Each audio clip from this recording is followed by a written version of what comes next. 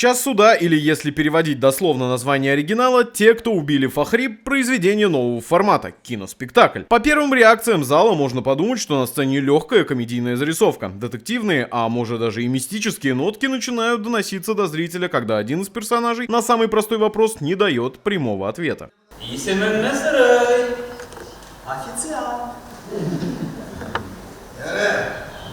Черт с тобой, официант.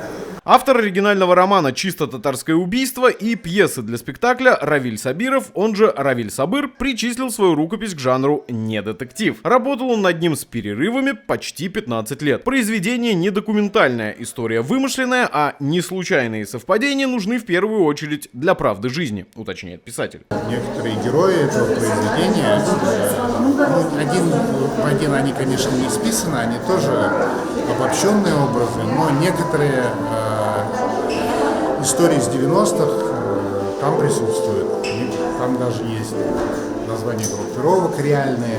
В центре повествования истории старых друзей еще со студенческой скамьи, их криминальное прошлое и более законопослушное настоящее. Один из них — школьный учитель, второй — гендиректор фруктовой компании, третий — менеджер германского автоконцерна. В постановке участвуют почти все актеры Альметьевского драмтеатра. Если не на сцене, то на экране. Рассказ поделен на две части: прошлое, воспоминания, фильм, настоящее, актеры играют живьем. Мы их прямо вот лепили, рожали, создали.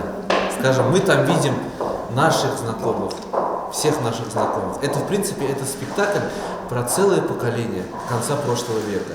И вот сегодня это поколение на нашей сцене отчитывается перед своим народом. Не только вот перед зрителями, оно отчитывается, оно делает выводы, какие она сделала ошибки, какие сделала хорошие дела. Кто убийца на самом деле, как в классическом детективе Дворецкий, или как в произведениях новой школы «Он всегда за кадром», или злодеев несколько, и кто такой Фахри? Чтобы ответить себе на эти вопросы, лучше прийти в театр на следующий показ. Тимур Туманов, новости Юго-Востока.